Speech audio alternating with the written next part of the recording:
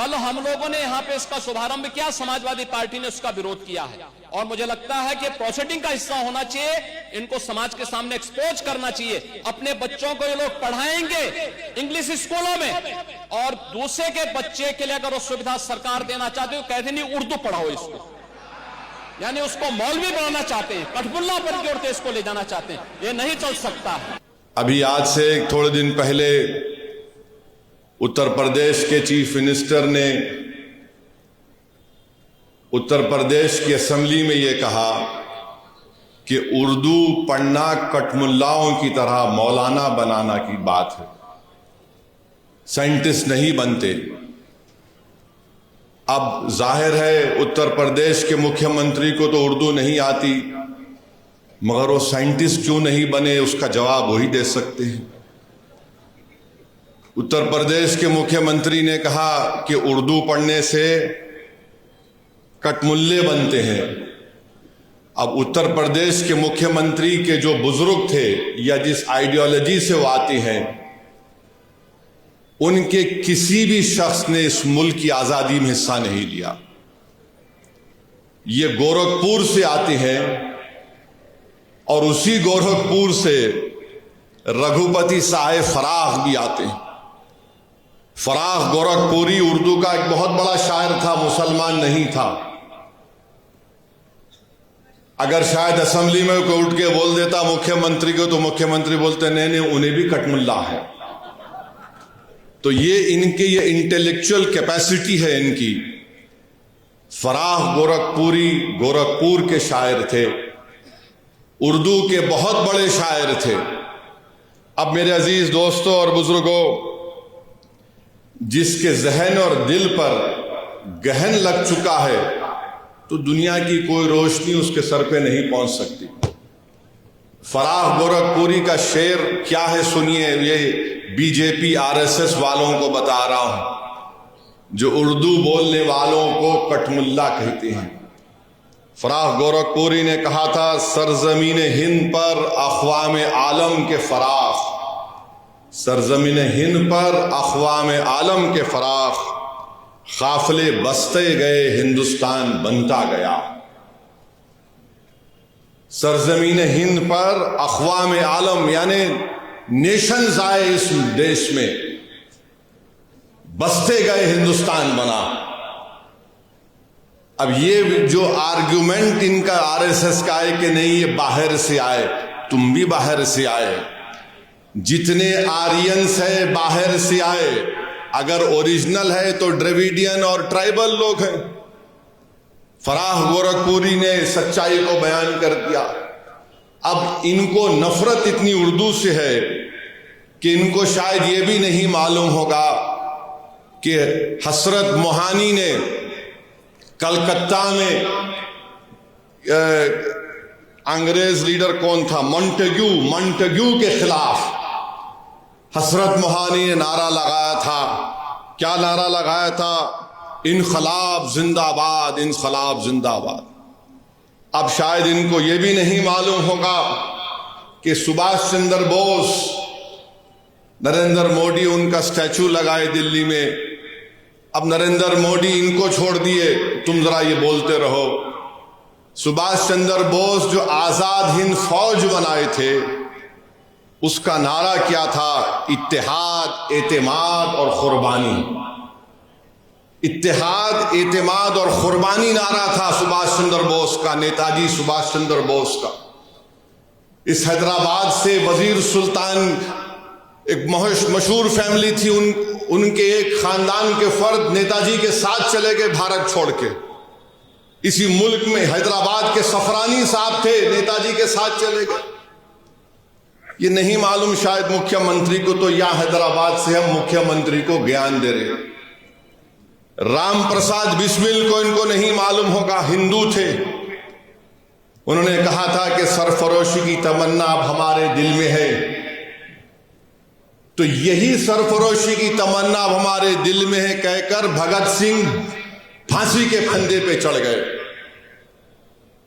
और यही उर्दू के लफ्ज को अल्लामा काफी रहमतुल्लाह अलैह, जो मुरादाबाद के थे, अंग्रेजों के खिलाफ खिलाफ जिहाद का फतवा दिया था मौलाना काफी ने।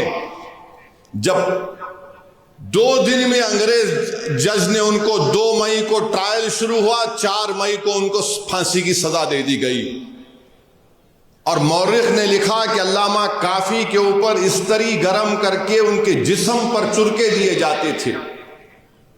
वो अल्लामा काफी जब फांसी के फंदे की तरफ जा रहे थे तो उनके उर्दू के अशार नातिया उर्दू के अशार थे।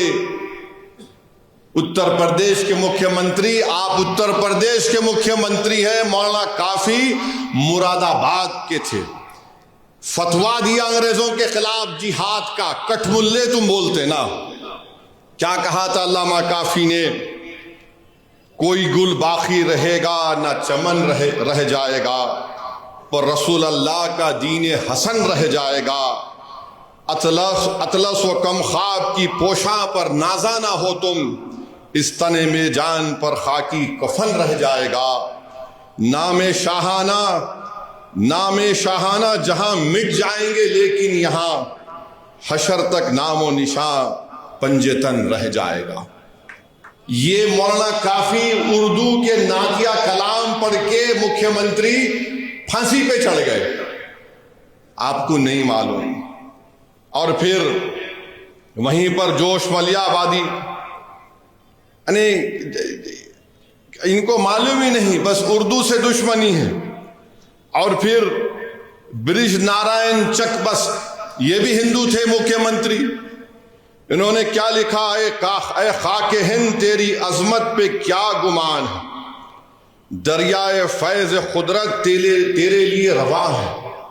ये ब्रिज नारायण ने लिखा उर्दू के बाद, उर्दू में। फिर आज इन्हीं की ये बात, फिर मुजाहिद आजादी मौलाना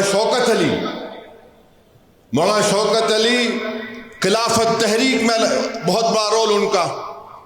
राउंड टेबल के लिए बरतानिया गए तो मौलाना शौकत अली ने कहा कि अगर मैं हिंदुस्तान को आजाद नहीं कराऊंगा तो मैं भारत को वापस नहीं आऊंगा। जब भारत से गए मौलाना शौकत अली तो बैतुल मुक़द्दस में उनका खैर मुक़द्दम हुआ।